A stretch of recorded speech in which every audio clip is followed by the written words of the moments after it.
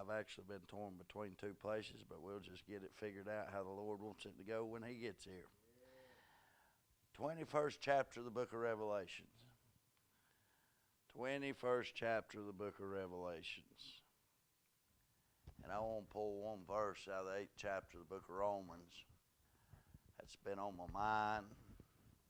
There's so much I've been reading and meditating a lot, really, in Timothy and Titus about the times in which we live in. And if you can't realize and acknowledge that we're in the end, there's something wrong. But in the book of Romans, chapter 8, there's one verse that I'm going to read this to you. It says, "For I reckon that the sufferings of this present time are not to be compared with the glory that shall be revealed in us." Not in me, Brother Reuben, but in us. See, this ain't just a Davis heaven. This is an us heaven. This ain't just a Davis Christ. This is our Christ. This ain't just a Davis God. This is our God. This ain't just Davis's church. This is our church. This ain't just Balsam Grove's church. It is the church of a true and a living God. Too many times we want to look at things so singular. And yes, I have a personal walk with the Lord. But He didn't just die for me. It didn't stop when I got saved. It didn't stop when you got saved. There's more to it, and that's what I want us to see right here in Revelations 21. I ain't got much of a voice. I'm going to take my time and ease through it. Starting in the first verse, it says, "And I saw," this is John talking, "I saw a new heaven and a new earth. For the first heaven and the first earth were passed away." That's this which we stand upon. It's going to pass away. "And there was no more sea." Get that. There's more water right here on this planet than there are land. But it says, "And there was no more sea." I spoke to you the other day. Y'all be seated. I'm just taking my time. I spoke to you the other day about a seal white. That if you look and you study and you see the visions of heaven, how God sat around the throne. There's rainbows and lightnings and thunders. And I want you to know that He give a rainbow after a storm to let you to know that the storm is over. And when I get up there and I get to see them rainbows and them bows around the throne of God, then I'm going to know, Brother Dan, that my storm is over. I know my walk is over.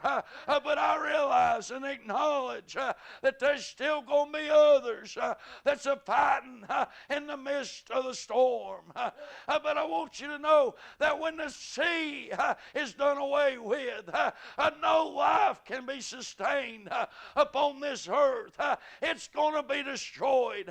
Not only the earth, but the heavens also. But He promised a new heaven and a new earth whereon dwelleth righteousness. And I want our people to make it to that place. He said that there was a crystal sea before the throne of God. But I want you to know on back there, when He started robing them in robes of white and a number no man can number, it said it looked as it were a seal white. Brother Dan, the Apostle John, he got to see some things that my eyes have longed to look at. When he looked at that number that no man can number, Brother Dewey, you know what he saw? He saw Sister Kumal in a glorified body, in a white robe. He seen my little mom in a glorified body, in a white robe. He seen you, and he seen me all together before the glory of God. He's seen them. I'd like to know what they look like. I'm going to get to see it one day. My eyes is going to view that fair land. It's going to look upon it. But it goes on. And I, John, saw the, not just a city, Brother Dan, but the holy city, the new Jerusalem, coming down from God out of heaven. Now get this, listen very closely. People won't stop. But this next line is very important. Prepared as a bride adorned for her husband. Christ is coming back one day for a prepared people, for a prepared place, and I'm in that number. I want you to know what John is looking at. He wasn't just seeing me, he was seeing you also. And that city of God was a bride adorned for her husband. She was first ascended from God out of heaven. That holy city, that new Jerusalem, that the world don't care for. But when you get in it, you're going to love it. Why is that? I'll give you the definition of a city. It's not a multitude of buildings. It's not even walls. It's not even gates. Do you know what the definition of a city is? A multitude. A multitude of people. See, John had caught glimpses of this holy city, of this new Jerusalem, when God started building it on the day of Pentecost, and He's building it even to today. But one day, He's going to say she's finished. The Son don't know, only the Father. Son don't know, only the Father. If you put confidence in your work, in your money, in your health, in your strength, it's going to be dissolved one day. But if you'll buckle it all down and find that stone that Daniel found, you'll have a place to stand for when there's no sea and there's no earth and there's no heaven. There is still a stone. Last Sunday we preached on the creation, how we couldn't, it could not sustain us without water and food. So God made it sufficient for man to be able to live upon it. But when He starts killing it off, see, when you don't have a sea, you have no water. When you have no earth, you have nowhere to put your foot. When there's no heaven, where are you going? But I read one time, and faith come by hearing, and hearing of the word.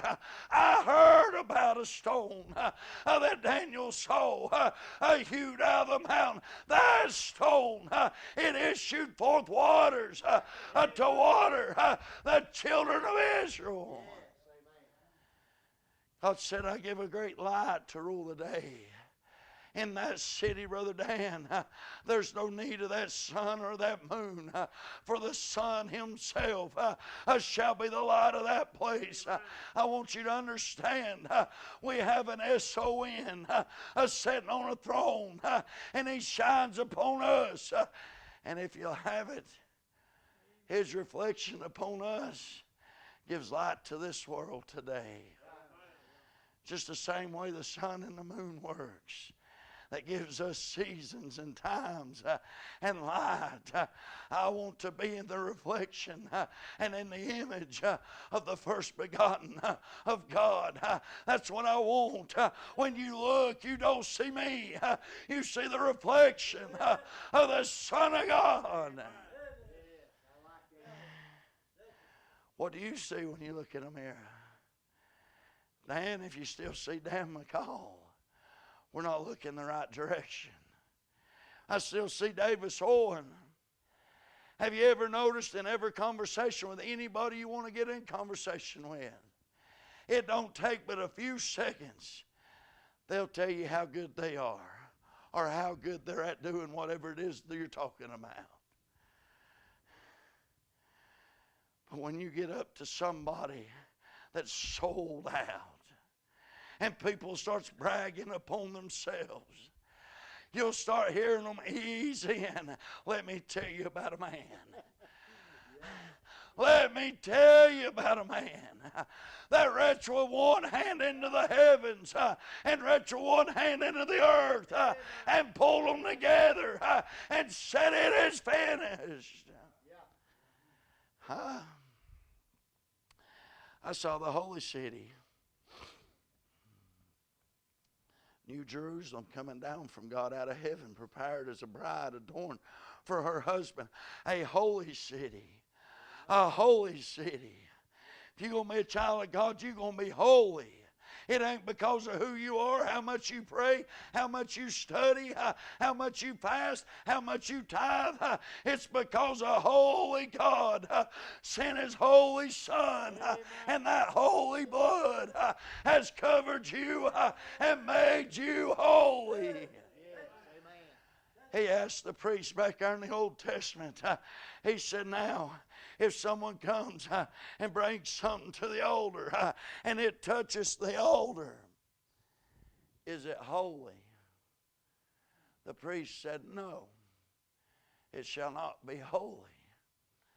God said, well then so are you and this people that I'm with. For if the altar is holy, then that which touches the altar is holy also. That's what I want you to know. I was sitting at the back of this, under an old tent. I was sitting way back in the back. But there's something holy come back here and made me start trembling in my feet. I come up not worthy to even be a servant.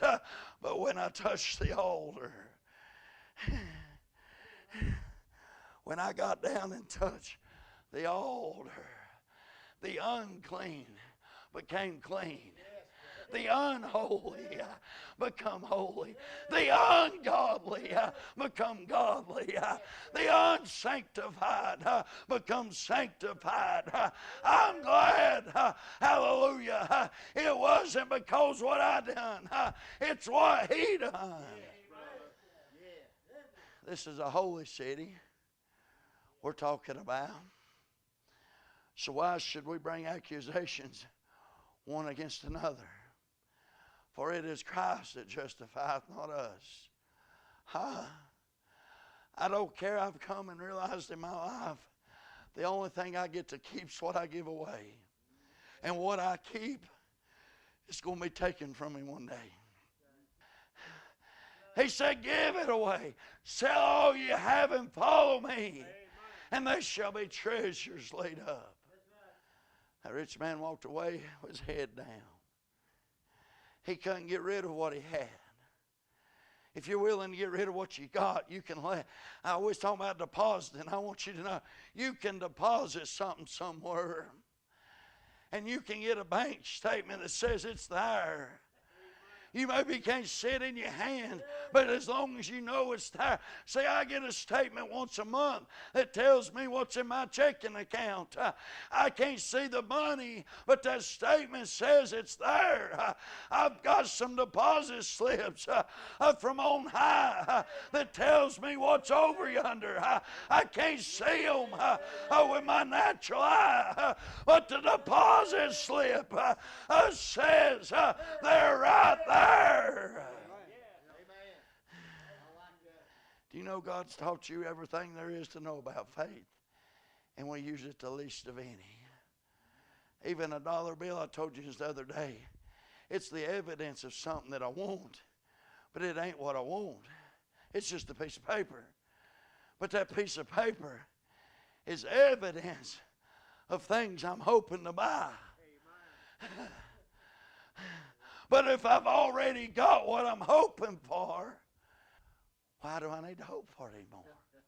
But see, I work to get them tokens because I hope to purchase this. You understand what I'm telling you? Faith. Learn how to use faith. Learn how to use it. I have faith that God's fixing to shake this place. He's been shaking it. I see the evidence of it. Every week, about every other day, families being turned over. And if you can't open our eyes and see that God's looking, and that money's being changed, and He's fixing to bring her to a place where they're going to call upon Him. I believe it with all that's in me. This is unsettling times. Even that which people trust is not, it's been taken from them. Your dollar value's leaving. Land ain't what it was once. There's no rest in it. It's wearisome to the flesh. And I want you to know, I've given some stuff to God. I know Brother Michael's bigger than me, but he still can't get what I give in God. You understand what I'm saying?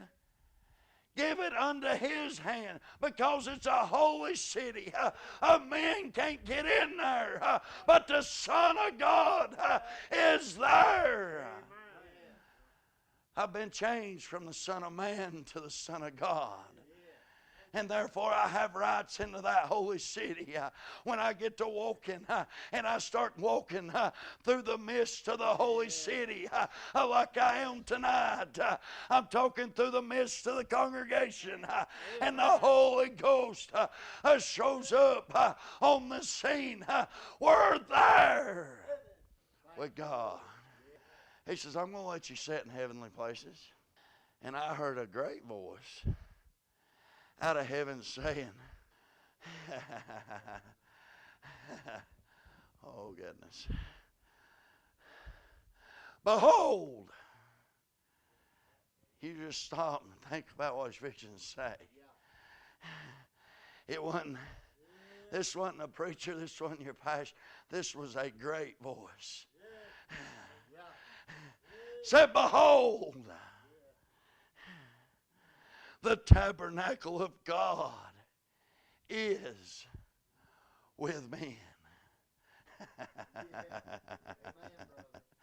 The tabernacle of God is with men, and He will dwell with them, and they shall be His people, and God Himself shall be with them and be their God.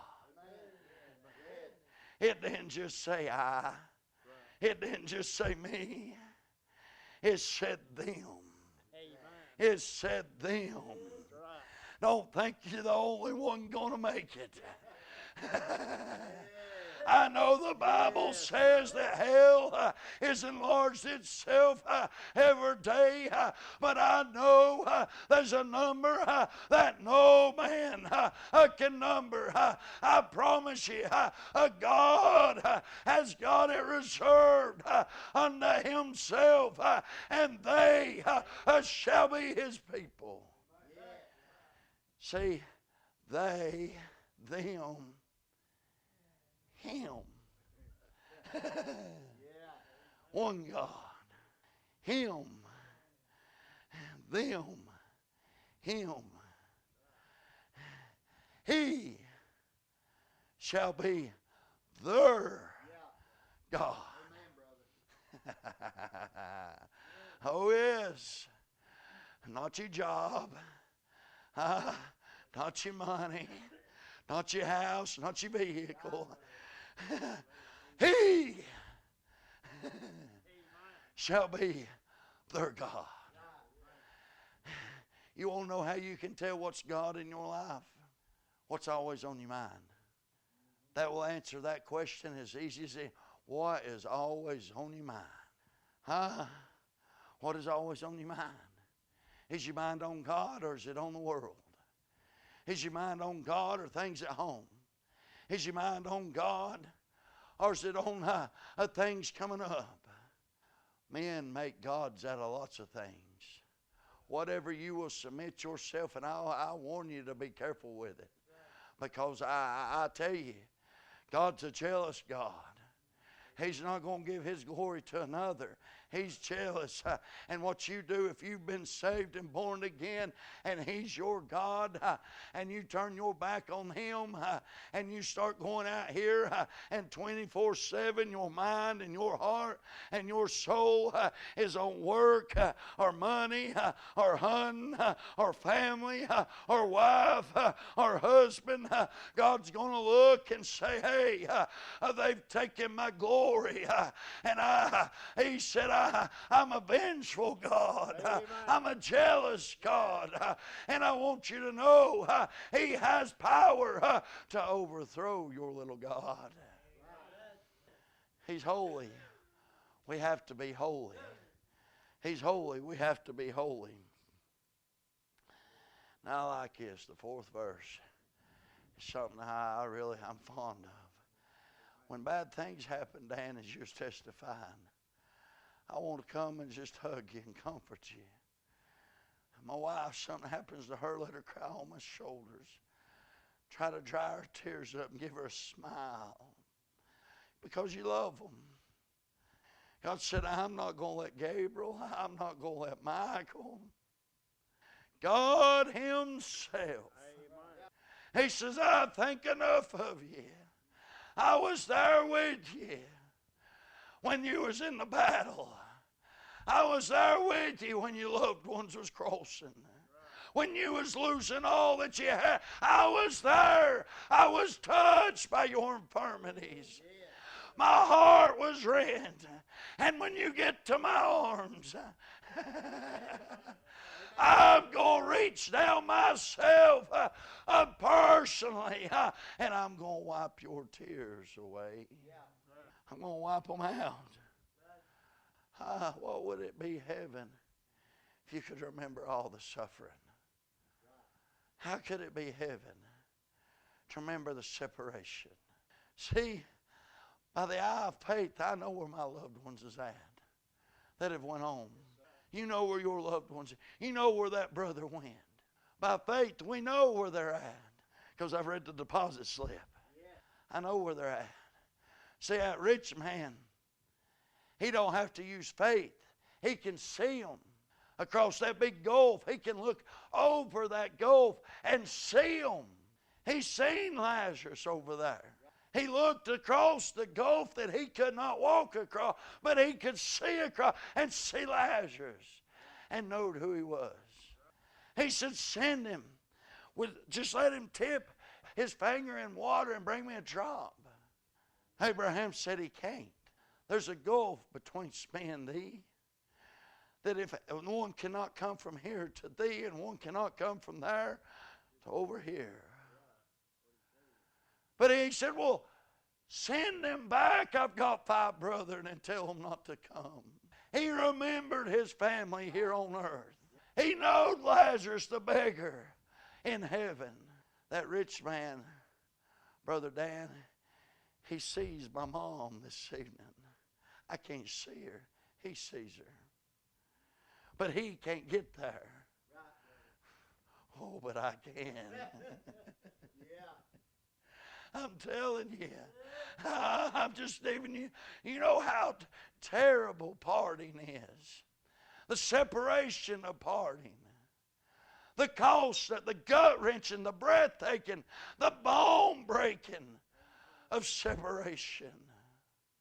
Of seeing your loved one leave from this place. How hard it is to watch that which is full of life perish.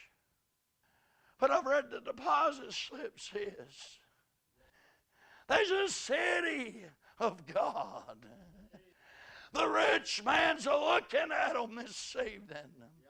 By faith I can see, but not with my natural eye. But see, I can't see them, and that hurts. because I want to talk to them and communicate to them and tell them how much I love them, tell them how much I miss them. I can't speak to them. I can't have that affection to see their presence with me right now. But that rich man can see them and know them, but cannot get to them. Think about the separation, the tortures of that place. To look and behold our loved ones, but never be able to get to them. And God said He'd wipe their tears off. That means He's going to wipe them out of their memory. Because you would weep if you knowed your loved one was in hell. That's the reason now's the acceptable time. If you want to know where you stand or your family, this is where they have to confess Him. Every knee shall bow, every tongue shall confess that He is Lord of lords and King of kings. Whether they're Muslim, whether they're Buddhist, whether they're rich, whether they're poor, whether they're saved, whether they're lost, they're going to have to confess Him. They're going to have to confess Him. They're going to have to do something with this man called Jesus, because He's building us a place, brother. I'm telling you, He's a growing her every day. I heard, as they mentioned, about 3 souls being saved this week. He added some lumber in there, didn't He? He added something in there, a fixture, whatever it is. But when she gets fully furnished, you know what happened? When the temple was completely built, fully furnished, the power of God filled it. I'm telling you, He come as a babe in a manger through a virgin, meek and lowly, riding on the colt of an ass up to Jerusalem. I mean, He come humble and low. He come as a servant to serve the people. But the next time, when this holy city gets fully furnished, the glory of the Lord shall move over it. That's what it said. It said the mountains would run from Him that sat upon the throne and cry for the mountains and the rocks to hide them from His face. Listen, and God shall wipe away all their tears from their eyes. Sis, I'm not going to weep no more. If I ain't going to weep, you know what else I'm not going to do? I'm not going to pray. I'm not going to fast, Brother Reuben. Yeah, I ain't going to hear a report that someone such and such has got cancer. Such and such at 32 years old is laying on life support at Mission Hospital. Your heart breaks. Your tears start falling down and you start talking and praying to God. I'm not going to pray no more. My tears are gone away. It said, in that day, you shall ask me nothing. But this very next line, if there's anything in this book that ought to excite you, is what He's fixing to say next. See, the devil, he walks around as a roaring lion. Death has power over this body. We're all bound to that. He has an appointment with me, and I have an appointment with Him, and neither one of us is going to miss it.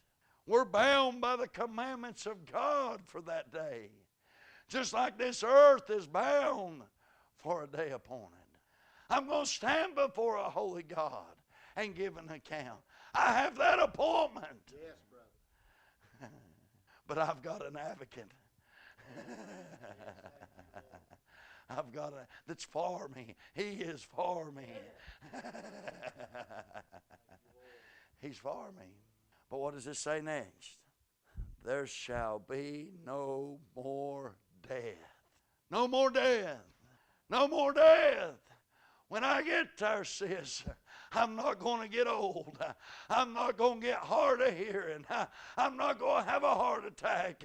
I'm not going to have to be separate from those that I love. I ain't going to have to worry about an appointment with death because that's done away with. I don't know everything it's going to be like. This much I do know. I know the light of it. I know him personally. Jesus is going to be the light of that place. I've got some dear family. I've got some brothers and sisters I've met along the way that's over there. And I'm telling you, they're going to be in a glorified state. Even when Jesus raised from the dead, being the Son of God, the disciples did not recognize him. They didn't know who he was till he started talking. And when he started talking, they said, did that fire not burn down in me? That fire burnt down in me. Mary didn't know him, thought he was a gardener, thought God was a gardener. Oh, he's a gardener, all right. But on a complete different level than she was thinking. He said, Mary. He said, Master, Rabboni. She knowed him. She knowed him. I don't know what they're going to look like. I don't know what I'm going to look like. But I believe what God said, that I shall be known as I am known, and they shall be known as they are known. We're known as we're known. And that there's a question that everybody needs to crawl up in the mirror and ask yourself, how are you known? How are you known? It's more than just salvation. How are you known? How does the world see you? How does the church see you? How does God see you? Is their opinions of you different than your opinion of you? Because see, too many times, you know what the Bible said? It said that back there under the law, it said, thou shalt not have two scales in thy house. This is an abomination unto God. What was he saying? I can't measure me on a big set of scales and drop a little set of scales out and weigh you on. You know what I'm saying? I can't judge me by my intention and then judge you by your actions. Because we all intend to do good. But our actions, that I would do, I don't do, and that I wouldn't do, I do. You can't have two set of scales. You can't say, well, the preacher ought to be this. Do you know a child of God should uphold all of the standards that an ordained minister should? There's not two sets of scales with God. Only thing he was doing was trying to separate some men that could fill some offices that had their house under subjection, which a child of God should have that done. I can't measure you, Brother Dallas, and say, well, you ought to be this. I know what you should be. And then me, when it comes to me, I'll hide them scales, and I'll drag out a little set of scales and say, oh, I look pretty good. Do you understand what I'm saying? He said this is an abomination. One set of scales. Fire set of scales. And when we're weighed in the balance, we're going to be on a just set of scales. What's going to tip the favor in our side? Is it because I preach?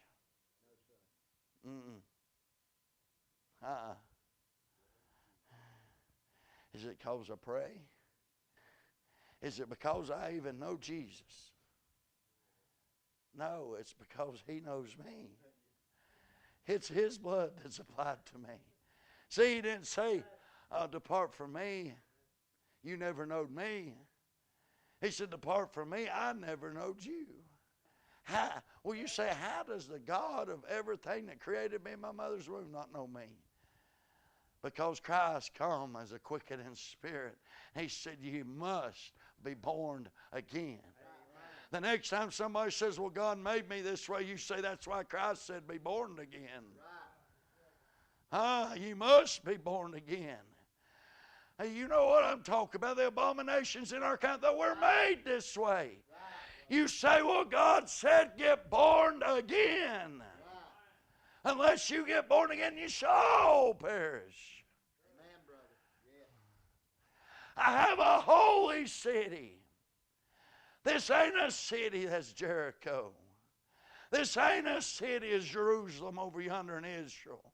where sinners walk in and out, back and forth, and commit their sinful flesh pleasures and their abominations. This is a holy city, built for a holy people, a sanctified people.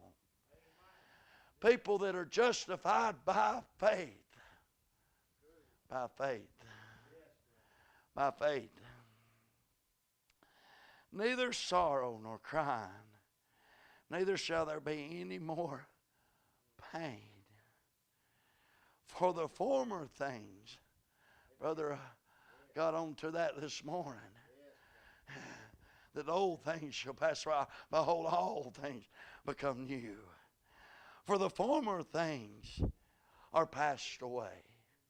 Are passed away. They're passed away. The former things. That means me and you, Dan. That means my flesh, my little house of Tennessee, my thoughts, my visions, all that. They're passed away. I've come to a place when I enter my glorified body, because see, I only get the Holy Ghost in doses. If I got it all at one time, it would destroy my body. Even the Lord, when He got on the mount, started being transfigured because the flesh couldn't handle the power of the three Godheads standing around it. I'm glad it's not going with me. You're not my enemy. That drunk over here in Boston Grove's not my enemy. My president ain't my enemy. The parties ain't my enemy. I wake up and look in the mirror and see my enemy every morning. I always behold his face. That is me. See, I've got Jacob right here. Jacob couldn't get in there, but Israel made it. It said Jacob, Brother Reuben, was dying. It said Jacob was dying, but it said Israel strengthened himself.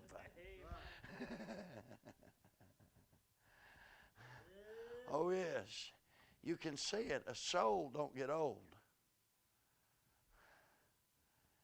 Don't get old. And if you could still, and your body would let you do what you used to, you'd still run. Huh? You still have that desire. It's there. Your soul don't age. Just the body. Your body's on a time frame because sin entered in. And at the end of sin is death. Matter of fact, the Bible says the wages of sin means that you're getting paid, and the payment of sin is death. That's what it is. You're earning death. We're earning death. Have you ever seen a bunch of people that work so hard to die? Huh? That's just the truth. I'm just telling you. We earn death, but salvation is free. We will earn death. We will work for death, but we'll refuse the free gift of God. Because there's pleasure in sin for a season. Next time you see somebody that just is doing something they ought not to be, say, brother, you're working awful hard to die. God offered you something better. He wants you to live. He wants you to live. All right.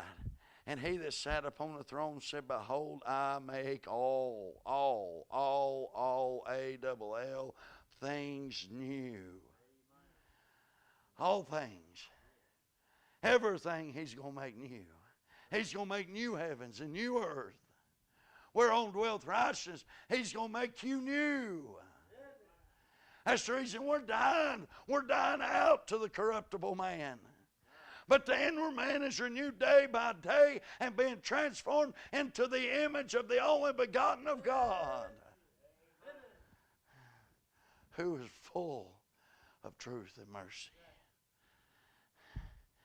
Behold, I make all things new. And he said unto me, write, for these words are true and faithful. Anytime the devil fights you, anytime death encamps about you, you say, I got a home. I got a place. I got a home. I got somewhere to live. I've got a place reserved that nobody else can get in. It's mine and mine alone.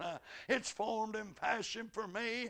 It was marvelously made just for me. It is tailor-made. No one else can fit into it. It's got my name on it, and God's got it in His closet waiting for me to come.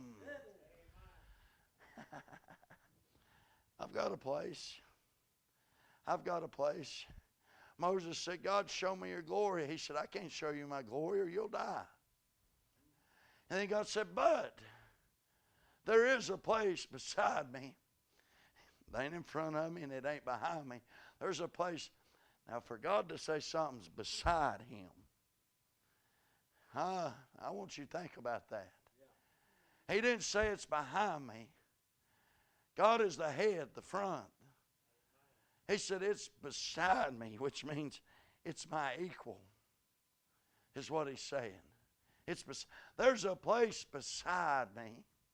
If you'll come stand upon this rock, not another rock, this rock, then I'll pass by you.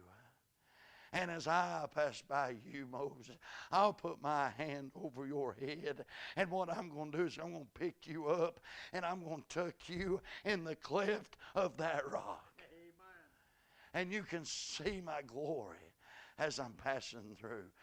Have you ever been there where you just saw the glory of the Lord so strong as He was passing by? That's because we're standing on the rock. We weren't standing on religion. We weren't standing on opinion. We were standing on the rock and the rock alone. When we get on the rock and get on it alone, the glory of the Lord will fall. There's a place. I have a place. I have a place. Death can't come. Sorrows can't come. Cancers can't enter in. You understand what I'm saying? Nothing bad is entering in them gates. We can't even imagine that, Brother Reuben, what that's going to be like. I'm trying to hurry. I'm getting on down through here. And He said unto me, and He that sat upon the throne said, behold, I make all things new. And He said unto me, write, these words are true and faithful. He said, it is done. The other Sunday we preached on, it is finished. Right here He said, it is done. I've heard people say, well, He's gone away preparing a place for me.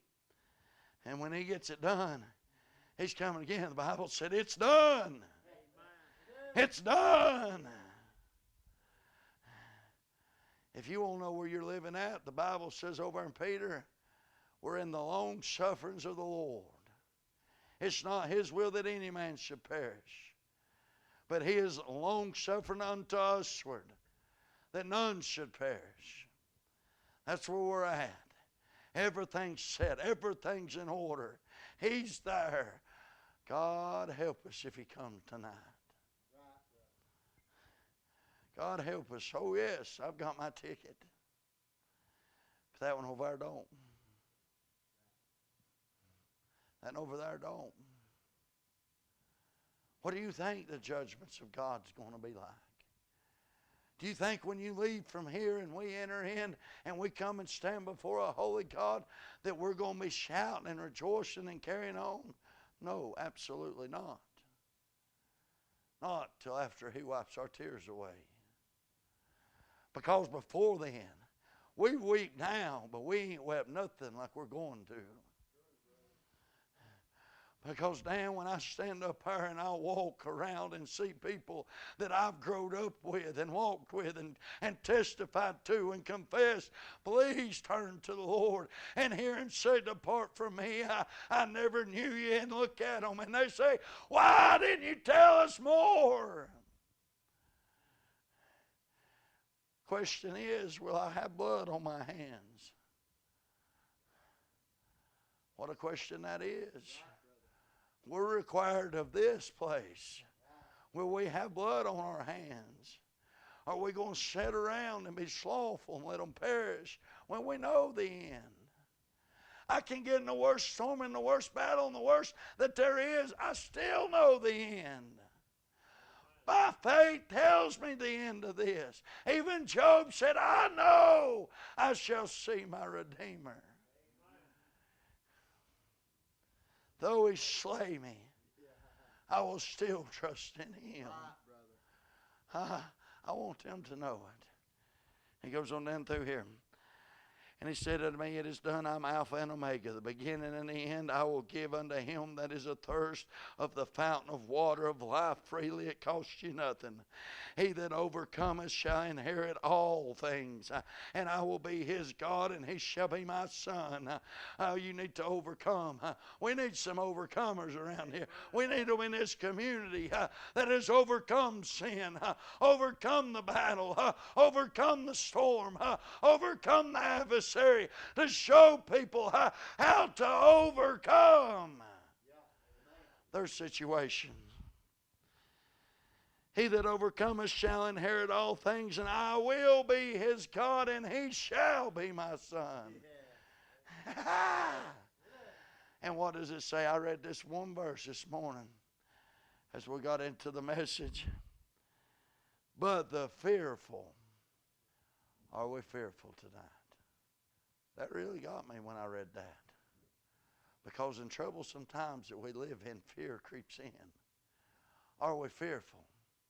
The Bible says fearful. It's not going to go to that place. The fearful. It says, but the fearful and the unbelieving. The unbelieving. The abominable. The murderers and the whoremongers and the sorcerers and the idolaters and all liars shall have their more than a rich man, more than one person, more than a serial killer. A liar shall have his part in the lake of fire. A liar. I'd say, safe to say that everybody in here somewhere in your life has told a lie, whether it was little or big. So by the commandments of God, we're guilty. But I know the one that can blot out my transgression. Because see, the judge can only let me free if the offense has been paid for. Whatever I've been charged with, and when I'm found guilty, I'm sentenced. But Christ paid my penalty. So therefore, God can freely let me go because it's paid for.